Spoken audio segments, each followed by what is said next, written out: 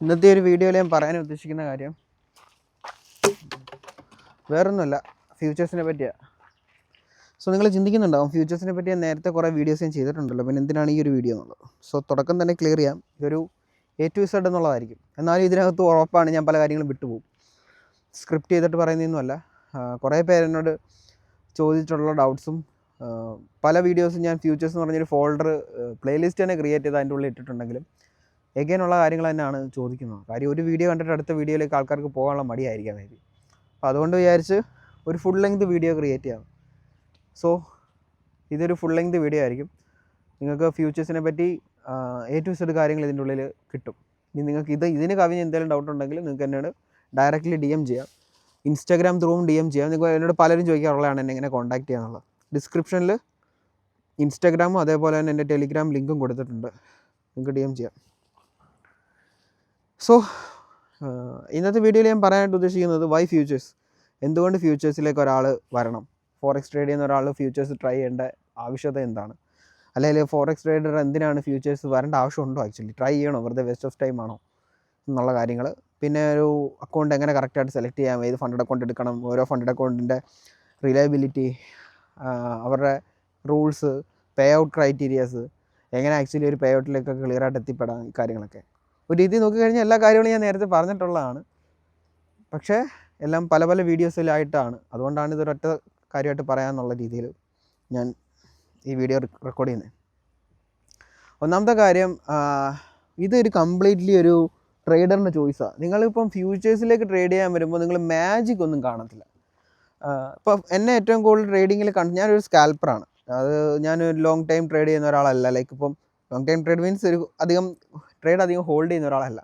എൻ്റെ trades majorly നോക്കിക്കഴിഞ്ഞാൽ അറിയാം, 10 മിനിറ്റിക്കുള്ളൊന്നും എൻ്റെ ഒരു ട്രേഡ് റൺ ചെയ്യത്തില്ല. ഞാൻ അത്രത്തോളം വോളിയുള്ള സമയത്ത് മാർക്കറ്റ് വരത്തുള്ളൂ. അതേപോലെ തന്നെ അത്രയും ചെറിയ ട്രേഡേ ഞാൻ എടുക്കുകയുള്ളൂ. എൻ്റെ റിസ്ക് റിവാർഡ് 1:2 ആണ്. അല്ല 1:1 ആയിട്ടല്ല എൻ്റെ ട്രേഡിൻ്റെ ടൈം പറയുന്നത്. സ്റ്റിൽ 1:2 ഞാൻ ബുക്ക് ചെയ്യുമ്പോഴും എനിക്കൊരു ടൈമിൻ്റെ ഉള്ളിൽ തന്നെ ബുക്ക് ചെയ്തിറങ്ങും. അപ്പം ഫോറക്സ് ട്രേഡ് ചെയ്തുകൊണ്ടിരുന്നപ്പോൾ ഞാനിവിടെ ഏറ്റവും കൂടുതൽ നേരിട്ടൊരു കാര്യം എന്ന് വെച്ച് കഴിഞ്ഞാൽ കമ്മീഷനാണ്. കമ്മീഷൻ, സ്പ്രെഡിങ്ങിനുള്ള കാര്യങ്ങളൊക്കെ. അപ്പോൾ ഒരു സ്കാൽപ്പർ എന്നുള്ളൊരു നിലയ്ക്ക് എന്നെ സംബന്ധിച്ച് എനിക്ക് അത് വലിയൊരു ഹെക്റ്റിക്ക് തലവേദനയായിരുന്നു. അപ്പോൾ അങ്ങനെ ആ ഒരു ഒറ്റ റീസൺ കൊണ്ടാണ് ഞാൻ ഫ്യൂച്ചേഴ്സ് ട്രൈ ചെയ്തത് തന്നെ. ട്രൈ ചെയ്ത് ഒരു കുറച്ച് നാൾ ഞാൻ ട്രേഡ് ചെയ്ത് പിന്നെ കംപ്ലീറ്റ്ലി ഞാൻ ഫോറക്സിൽ നിന്നൊരു ബാക്ക് ഇടുകയാണ് ചെയ്തത്. അതിൻ്റെ മേജർ റീസൺ എന്ന് പറയുന്നത് ഫോറക്സിനെ വെച്ച് കമ്പയർ ചെയ്യുമ്പോൾ ഫ്യൂച്ചേഴ്സിൻ്റെ റിലയബിലിറ്റിയാണ്. നമ്മുടെ ഓർഡർ ഫില്ലാവുന്നതും അതേപോലെ നമ്മൾ ആ ട്രേഡ് ഇൻ ദിസ് മൊമെൻ്റ് എന്നുള്ളൊരു ഫീല് നമുക്ക് കിട്ടും. ഇപ്പം ഫ്യൂച്ചേഴ്സിലേക്കൊക്കെ വരുമ്പോഴായാലും അവിടെ കുറേ ബ്രോക്കേഴ്സ് ഉണ്ട്, അതേപോലെ തന്നെ ഫണ്ട് പ്രൊവൈഡേഴ്സ് ഉണ്ട്, ചാർട്ട് പ്രൊവൈഡേഴ്സ് ഉണ്ട്. അതുകൊണ്ടൊക്കെ തന്നെ നമ്മൾ ഭയങ്കര കൺഫ്യൂസ്ഡാണ്. ഇവിടെ നമുക്ക് അങ്ങനെയൊന്നുമില്ല. ലൈക്ക് ഒരൊറ്റ ഡേറ്റ, CME ഡേറ്റ നമ്മൾ ഡയറക്റ്റ് ട്രേഡ് പ്ലേസ് ചെയ്യുന്നു, ഡയറക്റ്റ് ട്രേഡ് കറക്റ്റ് ആ ഒരു ഏരിയയിലേക്ക് തന്നെ പുഷ് ആവുന്നു. വേറെ സ്ലിപ്പേജോ കാര്യങ്ങളൊക്കെ കമ്പാരിറ്റീവ്ലി ഭയങ്കര കുറവാണ്. അതുകൊണ്ട് തന്നെയാണ് ഞാൻ ഫോറക്സിൽ സ്റ്റിക്ക് ഓൺ ചെയ്യുന്നതിൻ്റെ മേജർ റീസൺ. പിന്നെ എൻ്റെ സെറ്റപ്പ് ബേസ് എനിക്ക് കുറേയും കൂടെ ക്ലീനായിട്ട്, അതായത് സെയിം സെറ്റപ്പ് തന്നെ ഫോറക്സിലും വർക്ക് ചെയ്യും. ഫോറക്സിൽ പേ ഔട്ട് എടുക്കുന്ന ആൾക്കാർ ഉണ്ട്, മന്ത്ലി പേ ഔട്ട് എടുക്കുന്ന ക്ലിയർ ആയിട്ടുള്ള ഒരു വീക്ക്ലി ബേസ് 14 ഡേയ്സിൽ പേ ഔട്ട് എടുക്കുന്ന ആൾക്കാരും ഉണ്ട്. പക്ഷേ ഞാൻ പറഞ്ഞിട്ട് എനിക്ക് കുറേയും കൂടെ റിലയബിളായിട്ട് തോന്നിയിട്ടുള്ളത് ഫ്യൂച്ചേഴ്സിലാണ്. എൻ്റെ ഒരു ടൈം ബേസ്ഡ് സെറ്റപ്പാണ്. അപ്പം ഈ ടൈം ബേസ്ഡ് സാധനം കുറേ കൂടെ ക്ലിയർ ആയിട്ട് വർക്ക് ചെയ്യുന്നത് ഫ്യൂച്ചേഴ്സിൽ 9:30 ഓപ്പൺ കഴിഞ്ഞിട്ടുള്ളൊരു ക്ലിയർ ഒരു റീഅക്യുമുലേഷൻ സ്മാർട്ട് മണി റിവേഴ്സിൽ എനിക്ക് അവിടെ കാണാൻ കഴിയുന്നുണ്ട്.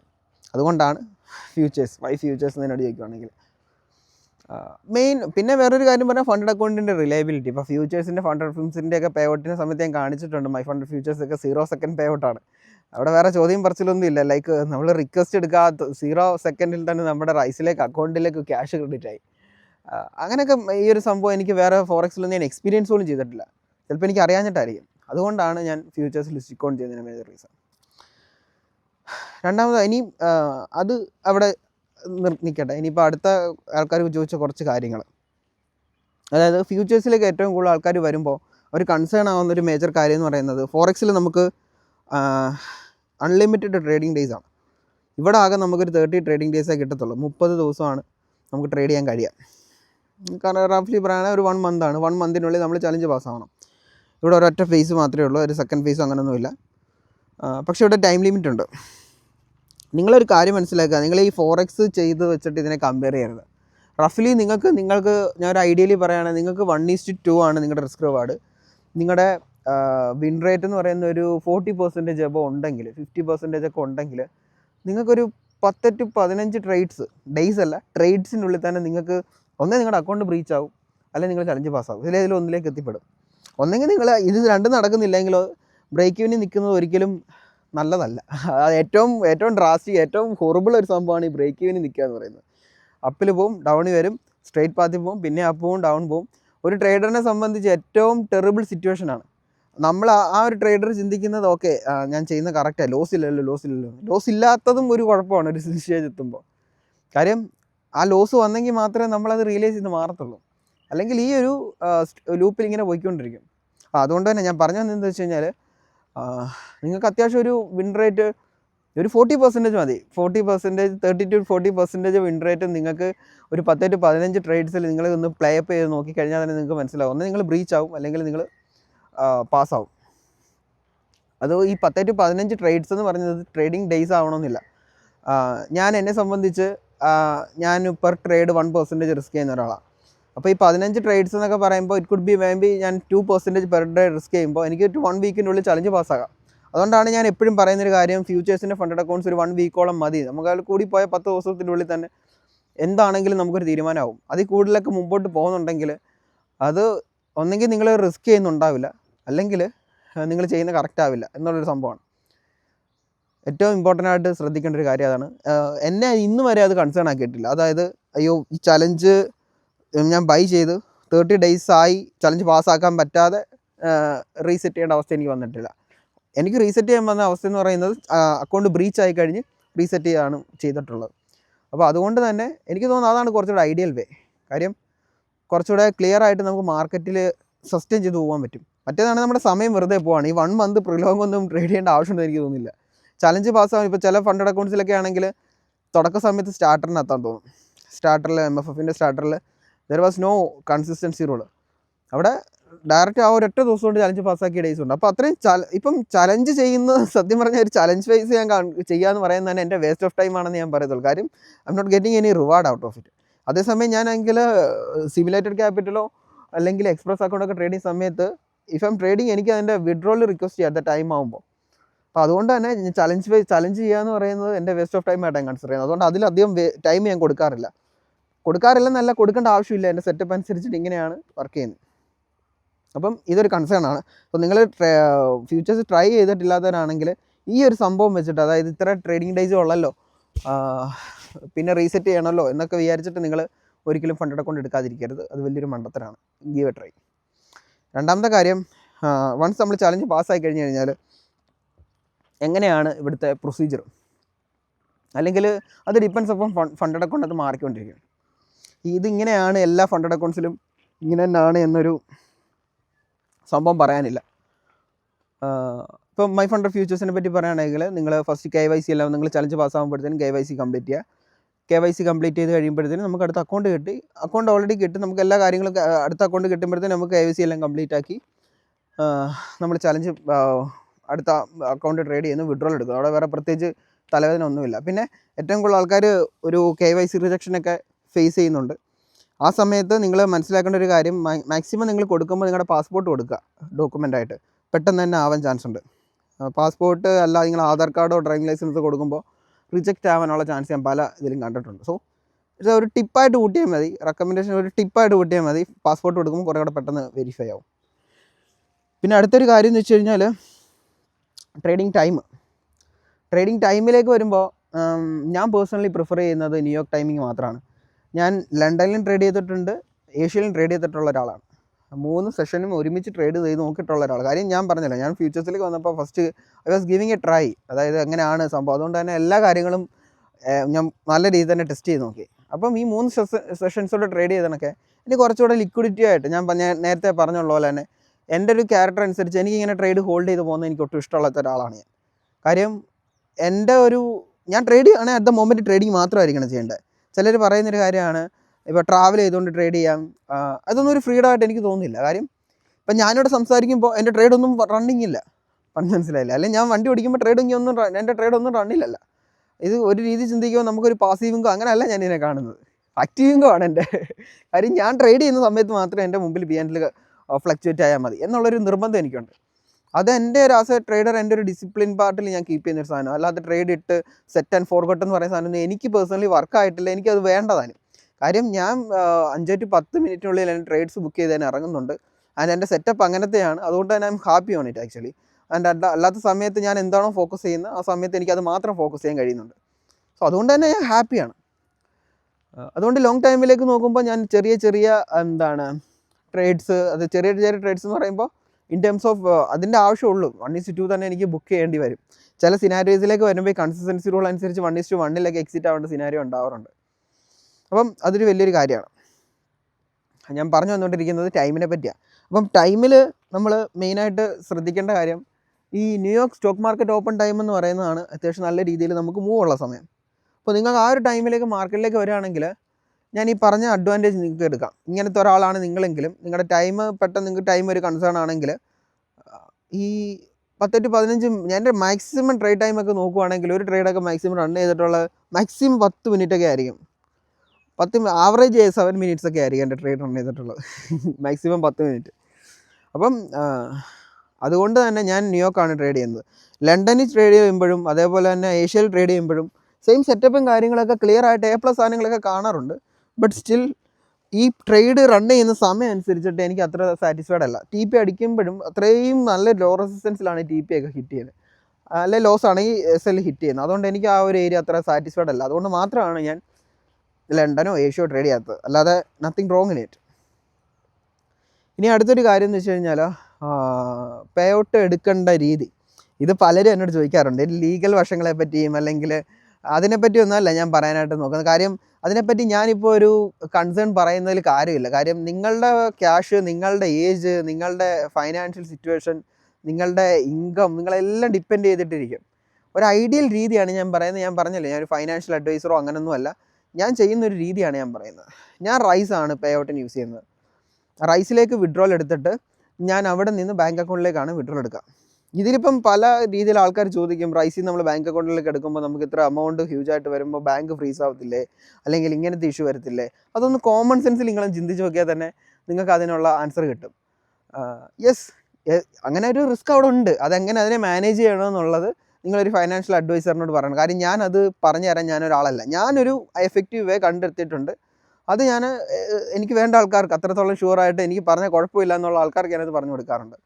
സോ അത് ഫൈൻഡ് ഔട്ട് ചെയ്യുക. അത് അത്ര റോക്കറ്റ് സയൻസ് ഒന്നും അല്ല. നിങ്ങളൊരു CA വല്ലതും കണ്ടിട്ട് CA വല്ലതും കണ്ടിട്ട് നിങ്ങളത് സംസാരിച്ച് കഴിഞ്ഞാൽ എങ്ങനെ മാനേജ് ചെയ്യണം, മണി മാനേജ് ചെയ്യണം എന്നുള്ളതൊക്കെ അവർ പറഞ്ഞു തരും ആക്ച്വലി. പിന്നെ എപ്പോഴും ടാക്സ് ഡിക്ലെയർ ചെയ്യുക. അത് ആസ് എ ഇന്ത്യൻ പൗരൻ നിങ്ങളുടെ അവകാശമാണ്. പറഞ്ഞിട്ട് കാര്യമില്ല, അതൊക്കെ അവകാശമാണ്. ഓക്കെ, അപ്പം അങ്ങനത്തെ കുറച്ച് കാര്യങ്ങൾ പേഴ്സണലി ഉള്ള കാര്യങ്ങൾ, അത് നിങ്ങൾ വർക്ക് ചെയ്യേണ്ട പല കാര്യങ്ങളുണ്ട്. അത് മെയിനായിട്ട് മനസ്സിലാക്കുക. അപ്പോൾ റൈസിലേക്കാണ് വിഡ്രോൾ എടുക്കുന്നത്. വിഡ്രോയിലേക്ക് വരുമ്പോഴാണ് അടുത്ത കാര്യം എന്ന് വെച്ച് കഴിഞ്ഞാൽ ബഫർ. ഈ ബഫറിനെയൊക്കെ പറ്റി ഞാൻ പറഞ്ഞിട്ടുള്ളത്, എന്നാലും ഞാൻ ജസ്റ്റ് ഇതിൻ്റെ കൂട്ടത്തിൽ ഓടിച്ച് പറയുകയാണ്. എങ്ങനെയാണ് ഫണ്ടഡ് അക്കൗണ്ട്സിലേക്ക്, ഫ്യൂച്ചേഴ്സ് ഫണ്ടഡ് അക്കൗണ്ടിൽ ഒരു വിഡ്രോൽ എടുക്കുക, എങ്ങനെ ക്ലിയർ ആയിട്ടൊരു വിഡ്രോൽ എടുക്കണം. വിഡ്രോ അത് നിങ്ങളുടെ ഇഷ്ടം. ഇതും പേഴ്സണൽ ഒരു ചോയ്സാണ്. നിങ്ങൾക്ക് വേണമെങ്കിൽ ഒരു അക്കൗണ്ട് എടുത്ത് ചലഞ്ച് പാസ്സാക്കിയിട്ട് അതിൻ്റെ മാക്സിമം പ്രോഫിറ്റ് വിഡ്രോയിൽ എത്തിയിട്ട് ക്യാഷ് വിഡ്രോ ചെയ്ത് അക്കൗണ്ട് ബ്ലോക്ക് ആക്കി കളയാം, അടുത്ത അക്കൗണ്ട് എടുക്കാം. ഞാൻ പറഞ്ഞ it is the easiest way to get money എന്നുള്ള സംഭവം ഞാൻ പറയാം. Not easiest way, but still. ഇനി അതല്ല, നിങ്ങളുടെ ഒരു സ്കെയിലപ്പ് ചെയ്ത് നിങ്ങൾ മുമ്പോട്ട് പോകാനാണ് നിങ്ങൾ നോക്കുന്നതെങ്കിൽ go and get A fund account, pass the challenge and mitigate the buffer level. എല്ലാം ബഫർ ലെവൽ എന്ന് പറയുന്നത് ഒന്നുമല്ല, നിങ്ങളുടെ മാക്സിമം ഓവർ ഡ്രോ ഡൗൺ എത്രയാണോ അതാണ് നിങ്ങളുടെ ബഫർ. ആ ബഫർ ബിൽഡ് ചെയ്യുക, എന്നിട്ട് യു റെഡി ടു ഗോ. നിങ്ങൾക്ക് ബഫറിന് അബവ് വന്നു കഴിഞ്ഞാൽ നിങ്ങൾക്ക് ക്ലിയർ ആയിട്ട് വിഡ്രോ ചെയ്യാം. എന്നിട്ട് അതിൻ്റെ അടുത്ത് ബാലൻസ് ലോക്കൊക്കെ ക്ലീൻ ആയിട്ട് വരും. നിങ്ങൾക്ക് ആ ഡ്രോ ഡൗൺ എന്ന് പറയുന്ന ആ ലൈനെ അധികം താഴോട്ട് കൊണ്ടുപോകാതെ നിങ്ങൾക്ക് അവിടെ നിന്ന് മേപ്പോട്ട് വിഡ്രോൾ എടുത്ത് പോകാം.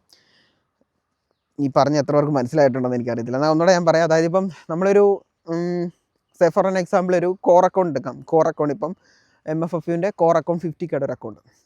അവിടെ നമുക്ക് മാക്സിമം വിഡ്രോൾ എന്ന് പറയുന്നത് പെർ വിഡ്രോൾ എന്ന് പറയുന്നത് $1,000 ആണ്.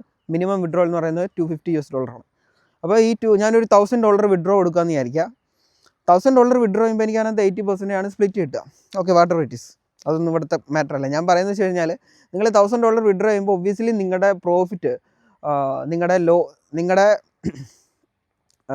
Draw down 50,100 ലോക്കാവും, 50,100 ലോക്കാവും. പിന്നീട് നിങ്ങൾക്ക് അക്കൗണ്ടിൽ ബാലൻസ് ഉള്ളത് ആ $100 മാത്രമേ ഉള്ളൂ. അല്ലെങ്കിൽ അതിൻ്റെ താഴേക്ക് 50, പിന്നെ നിങ്ങൾ താഴേക്ക് പോയി കഴിഞ്ഞാൽ നിങ്ങൾ ബ്രീച്ച് ആവുകയാണ് ചെയ്യുന്ന അക്കൗണ്ട്. സോ അങ്ങനെ ചെയ്യണമെങ്കിൽ നിങ്ങൾക്ക് അങ്ങനെ ചെയ്യാം. അത് തെറ്റൊന്നും ഞാൻ പറയുന്നില്ല. ഇപ്പോഴും എനിക്ക് ഈ ഒരു അവസരത്തിൽ എനിക്കത് തെറ്റായിട്ട് തോന്നിയിട്ടില്ല. ഞാനിത് ഏറ്റവും കൂടുതൽ റെക്കമെൻഡ് ചെയ്യുന്നത് ഫ്യൂച്ചേഴ്സിൽ വന്നിട്ട് ഒരൊറ്റ പേ ഔട്ട് പോലും എടുക്കാത്ത ആൾക്കാരാണ്.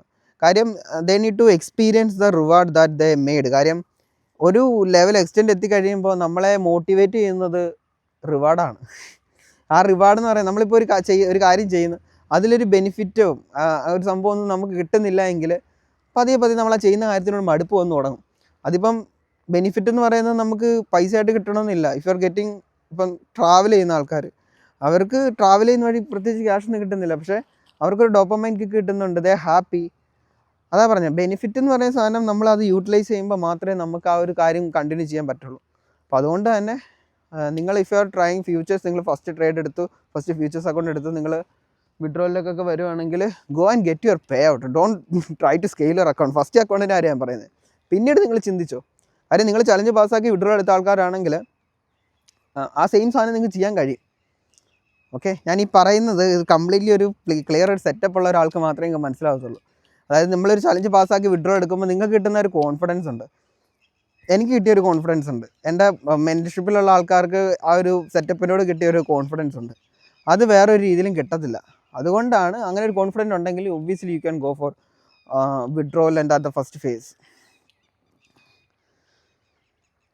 ഇത്രയും കാര്യങ്ങളാണ് മെയിൻലി എനിക്ക് പറയാനുള്ളത്. ഇനിയിപ്പം മൈൻഡിൽ ഇങ്ങനെ ഓരോ കാര്യങ്ങൾ വന്നെങ്കിൽ മാത്രമേ എനിക്ക് അതിനെപ്പറ്റി സംസാരിക്കാൻ പറ്റത്തുള്ളൂ. പിന്നെ ഫ്യൂച്ചേഴ്സിൻ്റെ റീസെറ്റും അതേപോലെ തന്നെ സബ്സ്ക്രിപ്ഷൻ ബേസ് ഇതെങ്ങനെയാണ് വർക്ക് ചെയ്യുന്നത്, നമുക്ക് 10 മിനിറ്റ് ഡിലേ ചാർട്ടാണല്ലോ കിട്ടുന്നത്, ഈ കാര്യങ്ങളൊക്കെ എന്നോട് ആൾക്കാരൊക്കെയും പിന്നെ ചോദിക്കാറുണ്ട്. ഇപ്പം ചില ഫണ്ടഡ് ഫിലിംസ് നമുക്ക് ബൈ ചെയ്യുമ്പോൾ 1 ടൈം ഫീ പേയ്മെൻ്റ് ആയിട്ട് ലൈഫ് ടൈം നമുക്ക് ആ ഒരു അക്കൗണ്ട് തന്നെ ട്രേഡ് ചെയ്യാനായിട്ട് കഴിയും. നമുക്ക് സബ്സ്ക്രിപ്ഷൻ ബേസ് അല്ല, നമുക്ക് നെക്സ്റ്റ് 30 ഡേയ്സ് മാത്രമല്ല, നമുക്ക് ചലഞ്ച് പാസ്സാവുന്നവരല്ലേ ഫോറക്സിൻ്റെ കൂടെ ട്രേഡ് ചെയ്യാൻ കഴിയുന്ന ഫണ്ടഡ് ഫിലിംസ് ഉണ്ട്. അതെനിക്ക് അറിയാഞ്ഞിട്ടല്ല ഞാൻ ആദ്യമേ അത് പറയുന്നത്, പക്ഷെ ഞാൻ എക്സ്പോസ് ചെയ്യുന്ന ഫണ്ടഡ് ഫിലിംസിലൊന്നും അതില്ല. അതുകൊണ്ട് എനിക്ക് പേ ഔട്ട് കിട്ടിയതിനെ പറ്റിയല്ലേ ഞാൻ പറഞ്ഞിട്ട് കാര്യമുള്ളൂ. എനിക്ക് പേ ഔട്ട് കിട്ടിയിട്ടില്ലാത്തല്ല, ഞാൻ ട്രേഡ് ചെയ്ത് നോക്കിയിട്ടില്ലാത്ത ഫണ്ടഡ് ഫിലിംസിനെ പറ്റി റിവ്യൂ പറയാൻ ഞാൻ ആളല്ലല്ലോ. അതുകൊണ്ടാണ് അതിനെപ്പറ്റി ഞാൻ പറയുന്നത്. സോ ഇനിയിപ്പം നിങ്ങൾ MFFയിലേക്കോ അല്ലെങ്കിൽ ടോപ്പ് സ്റ്റെപ്പിലേക്കൊക്കെ വരുമ്പോൾ സബ്സ്ക്രിപ്ഷൻ ബേസ് ആണ് അവിടെ വർക്ക് ചെയ്യുന്നത്. നിങ്ങൾക്ക് ട്രേഡിംഗ് ഡേയ്സ് എന്ന് പറയുന്നത് 30 ഡേയ്സ് ആണ് വരുന്നത്. ട്രേഡിംഗ് ഡേയ്സ് എന്നല്ല, ആക്ച്വലി നിങ്ങളുടെ എന്നാണോ നിങ്ങൾ ചലഞ്ച് ബൈ ചെയ്യുന്നത്, ട്രേഡ് ചെയ്യുന്നത് സ്റ്റാർട്ട് ചെയ്യുന്ന ഡേ അല്ല, നിങ്ങൾ ചലഞ്ച് ബൈ ചെയ്യുന്ന ഡേ മുതലാണ്. അല്ല ട്രേഡ് സ്റ്റാർട്ട് ഇപ്പം നിങ്ങൾ ഇന്ന് ബൈ ചെയ്ത് നിങ്ങൾ 5 ദിവസം കഴിഞ്ഞിട്ടാണ് തുടങ്ങുന്നതെങ്കിൽ പോലും 5 ദിവസം മുന്നേ നിങ്ങളുടെ കലണ്ടർ ഡേയ്സ് സ്റ്റാർട്ട് ചെയ്തിട്ടുണ്ടാവും. അത് നോട്ട് ദ പോയിന്റ്. ഓക്കെ, അപ്പോൾ വൺസ് ഞാൻ നേരത്തെ പറഞ്ഞ പോലെ തന്നെ നിങ്ങൾക്ക് അത്രയും ഡേയ്സിൻ്റെ ആവശ്യമുള്ളൂ. നിങ്ങൾക്കൊരു ഇത്രയും ലോ പറഞ്ഞിട്ടുള്ള റിസ്ക് റിവാർഡ് ആണെങ്കിൽ പോലും നിങ്ങൾക്ക് അങ്ങനെ ചെയ്യാൻ കഴിയും. അപ്പോൾ അതൊരു കൺസേൺ അല്ല. നിങ്ങൾ ആ ഒരു സംഭവം വെച്ചിട്ട് ഒരിക്കലും നിങ്ങൾ ഫ്യൂച്ചേഴ്സിനെ ജഡ്ജ് ചെയ്യരുത്, അല്ലെങ്കിൽ അതുകൊണ്ട് നിങ്ങൾ ഫ്യൂച്ചേഴ്സ് എടുക്കാതിരിക്കരുത്. പിന്നെ ഞാൻ എല്ലാവരോടും ഫ്യൂച്ചേഴ്സ് ഒന്ന് ട്രൈ ചെയ്യാൻ പറയും. കാരണം ഗിവ് എ ട്രൈ.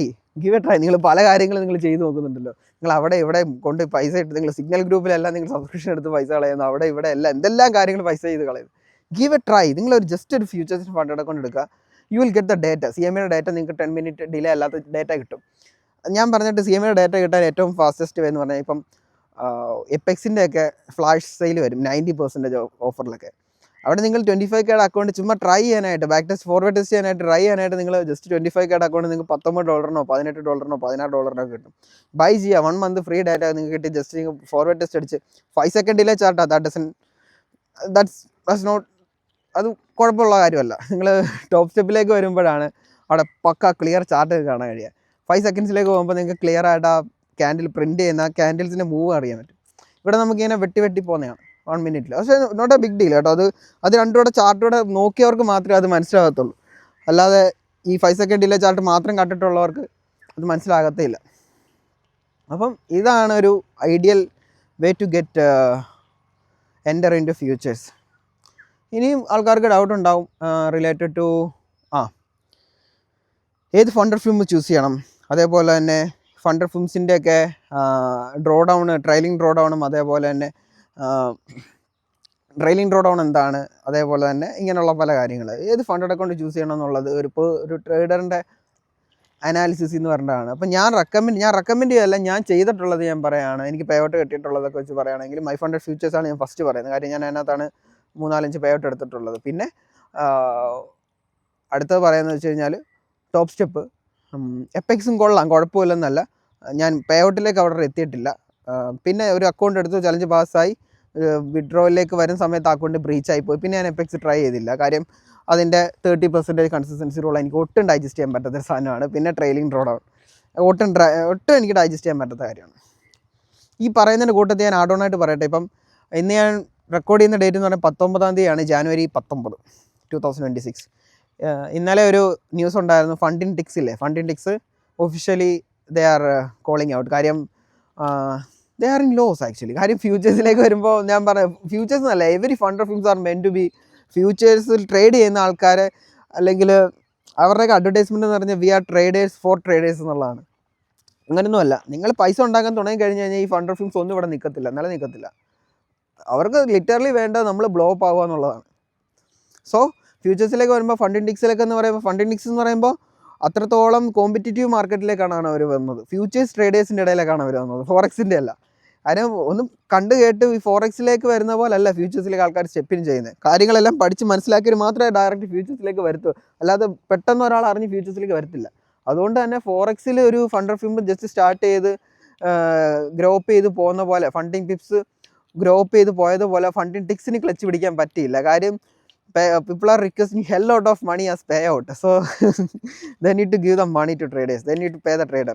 അപ്പോൾ അതുകൊണ്ട് തന്നെ ആ ഒരു മേജർ ഇഷ്യൂ കൊണ്ട് മാത്രമാണ് അവർ പോയത്. അവർ പല ടെക്നിക്കൽ ഇഷ്യൂ അത് എന്നൊക്കെ പറഞ്ഞാൽ പോലും it is the main reason. അത് അവർക്ക് പേ ഔട്ട് കൊടുക്കാനുള്ള പൈസ പറയില്ല. People are passing the challenge and requesting pay out. That is the futures. അപ്പോൾ അങ്ങനെ ഒരു ലെവലിലേക്ക് എത്തുമ്പോൾ നിങ്ങളാണെങ്കിലും, നിങ്ങളൊരു റെസ്റ്റോറൻറ്റ് സ്റ്റാർട്ട് ചെയ്താൽ അല്ലെങ്കിൽ ഏത് ബിസിനസ് സ്റ്റാർട്ട് ചെയ്താലും ഒരു ലെവലെത്തി നിങ്ങൾക്ക് റിസ്ക് ആണെന്ന് പറഞ്ഞാൽ ഒബ്വിയസ്ലി നിങ്ങൾ കട്ട് ഓഫ് ചെയ്യും സാധനം. അതിൽ പ്രത്യേകിച്ച് ആരെയും കുറ്റം പറയുന്നില്ല. It is what it is, this is business. So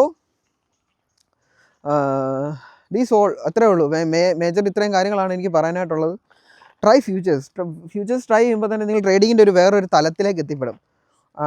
നിങ്ങളുടെ തോട്ട് പ്രോസസ്സ് മാറും, നിങ്ങളുടെ റിസ്കിൻ്റെ കേപ്പബിലിറ്റി കൂടും, നിങ്ങളുടെ അറ്റ് ദ മൊമെൻറ്റിൽ നിങ്ങളായി തുടങ്ങും, നിങ്ങളുടെ പ്രിസിഷൻ കുറേ കൂടെ കറക്റ്റ് ആവാൻ തുടങ്ങും. ഇതൊക്കെ എന്നിൽ മാത്രം കണ്ട കാര്യമാണെങ്കിൽ അത് എന്നിൽ മാത്രം കണ്ടതാണെന്ന് വേണമെങ്കിൽ പറയാം. പക്ഷേ പല ആൾക്കാരിൽ ഞാൻ മെൻറ്റ് ചെയ്തതിൽ, ഇപ്പം എൻ്റെ ഗ്രൂപ്പിലേക്ക് വരികയാണെങ്കിൽ, എൻ്റെ ഗ്രൂപ്പിൽ ഞാൻ ഫ്യൂച്ചേഴ്സ് സ്റ്റാർട്ട് ചെയ്ത സമയത്ത് ഞാൻ ഒരാൾ മാത്രമേ ഉള്ളായിരുന്നു ഫ്യൂച്ചേഴ്സ് ട്രേഡ് ചെയ്ത്. ഞാൻ ട്രൈ ചെയ്ത് നോക്കിയിട്ട് നിങ്ങളുടെ അപ്ഡേഷൻ പറയുന്നത്. ഇപ്പം നോക്കുകയാണെങ്കിൽ ഒരു 60 to 65 ഓൾമോസ്റ്റ് 70% ആൾക്കാരും ഫ്യൂച്ചേഴ്സാണ് ട്രേഡ് ചെയ്യുന്നത്. അതിനകത്ത് ഈ ഫ്യൂച്ചേഴ്സ് ട്രേഡ് ചെയ്യുന്ന ആൾക്കാരിൽ ഇപ്പം 100% ആയിട്ട് എടുക്കുകയാണെങ്കിൽ അതിനകത്ത് ഒരു 80% ആൾക്കാർ നല്ല രീതിയിൽ പേ ഔട്ട് എടുത്തിട്ടുള്ള ആൾക്കാരാണ്. സോ അതാണ് ഞാൻ പറഞ്ഞിട്ടുള്ളത്. If you give a try you obviously love it and it's depends upon the trader. ഞാൻ അഗെയിൻ പറയുന്നു, it depends upon the trader. അല്ലാതെ എല്ലാവർക്കും ഇത് ഡൈജസ്റ്റ് ആവണമെന്നല്ല. Give a try and working ആവുന്നുണ്ടെങ്കിൽ this is for you. And I hope this is helping. And if it is not, ഞാനൊരു കാര്യം ഒന്നുകൂടെ പറയട്ടെ. എൻ്റെ വീഡിയോ നിങ്ങൾക്ക് ആർക്കും ഹെൽപ്പ് ആവുന്നില്ല, നിങ്ങളെ ട്രേഡിങ്ങിൽ, നിങ്ങളുടെ ട്രേഡിംഗ് ജേർണിയിലും എല്ലാം നിങ്ങളെ ഞാൻ ഡിസ്ട്രാക്ട് ചെയ്യുന്നുണ്ട്, please unsubscribe my channel please. It's a request. കാര്യം I don't want to ruin anyone's life. ഞാൻ പറയുന്നത് only completely from my experience and I have seen people who are doing it. ഞാൻ പലരെയും meant ചെയ്തിട്ടുണ്ട്, പല ലെവലിലുള്ള ആൾക്കാരെ ഞാൻ മെൻറ്റ് ചെയ്തിട്ടുണ്ട്. അവരിൽ കണ്ടിട്ടുള്ള ഈ എന്തു പറയുന്നത്, പല തരത്തിലുള്ള ആൾക്കാരെ ഞാൻ കണ്ടിട്ടുണ്ട്. അതായത് നല്ല പൈസ ഉണ്ടാക്കിയിട്ട് ഇപ്പോൾ ഒന്നും ഉണ്ടാക്കാൻ പറ്റാത്ത ആൾക്കാരും, കുറേ പൈസ കളഞ്ഞിട്ടുള്ള ആൾക്കാരും, നല്ലപോലെ പൈസ ഉണ്ടാക്കിയിട്ട് കണ്ടിന്യൂസ് ആയിട്ട് കൊണ്ടുപോകാൻ പറ്റാത്ത ആൾക്കാരും, പല തരത്തിലുള്ള ആൾക്കാർ ട്രേഡ് ചെയ്യാൻ വേണ്ടിയിട്ട് സ്വന്തം വീട് പണയം വെച്ച് ഉള്ള പൈസ എല്ലാം കളഞ്ഞിട്ട് അതിൽ നിന്ന് എങ്ങനെ റിക്കവർ ചെയ്തെടുക്കണം എന്നുള്ള രീതിയിൽ വന്ന് ചോദിച്ചു. അപ്പോൾ ഇങ്ങനെയൊക്കെയുള്ള ആൾക്കാർ സംസാരിച്ചിട്ട് കിട്ടുന്ന ഓരോ ഇൻസൈറ്റ്സും ഞാൻ എൻ്റെ ലൈഫിൽ കണ്ട കുറേ കാര്യങ്ങളൊക്കെ വെച്ചിട്ടാണ് ഞാൻ പറയുന്നത്. സോ ഇത് നിങ്ങളെ ഡിസ്ട്രാക്ട് ചെയ്യുന്നുണ്ടെങ്കിൽ ഞാൻ ഓപ്പണായിട്ട് പറയാം, you are free to unsubscribe my channel. അതിൽ വേറെ പ്രത്യേകിച്ച് ഓപ്ഷനൊന്നുമില്ല. സബ്സ്ക്രൈബ് ചെയ്യുന്ന പോലെ തന്നെ ഒരു ഹെൽപ്ഫുൾ ആണ് അൺസബ്സ്ക്രൈബ് ചെയ്യുന്നത്. And also if you don't like, dislike the video. By.